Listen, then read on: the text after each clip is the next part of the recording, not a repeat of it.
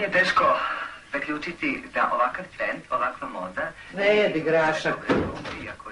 Jedan naš iz bosanske Krupe, zvali su ga Ludi Mile, najeo se jednom sirovog graška, pojeo jedno 15 kila, tako za opledu, pa poslije umro.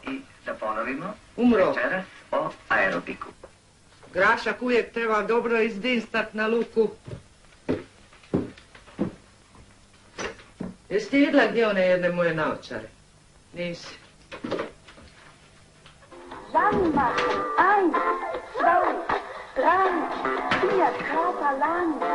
6, 7, 8 und wieder vorne herum. Hintern weiter nach 7. Iš, gadovi! Iš!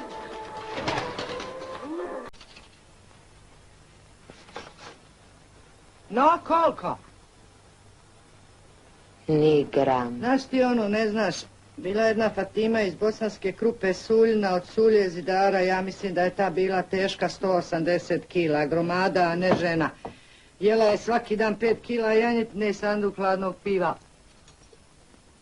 Suljo očajavo, pojela mu svaki mjesec cijelu plaću.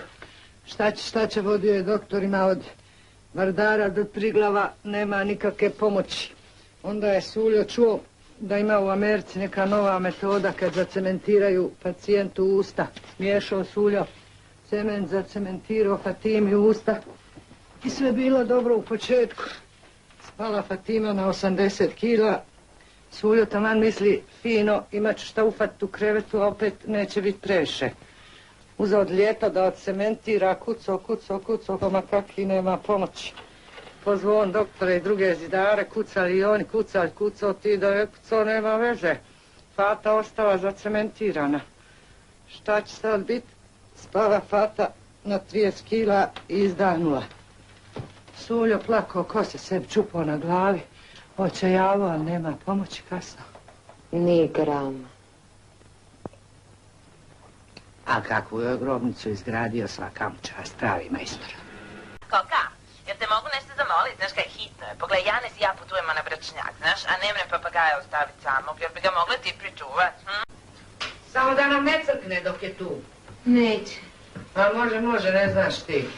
Znaš kako umro onaj džedo, onaj od Bajkića. Moj džedo Zeca volio ga ko brata, znaš kako je rat, glad, familija nije imala šta da jede.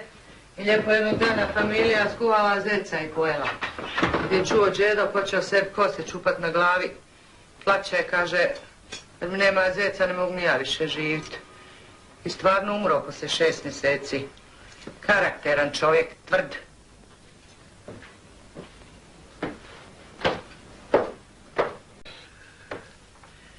Ne znam zašto je kada puna vode, zašto si gola i mokra legla u krevet, zašto si popila sve moje multivitaminske preparate i još 3 tablete za spavanje. Znaš ti ono, ne znaš, diletanti. Znaš kad onaj Pero iz bosanske Krupe htio da se ubije na najgori mogući način, pa proguto kašku, pa ništa. Pa onda proguto nož, pa opet ništa. Počeo čovjek sebi kose čupat na glavi, očajava, ne zna šta će, onda uzeo ženi nestajeg za 12 osoba, proguto i njega i opet ništa. Budala, šteta je scajga, eno ga i sad živ i zdrav.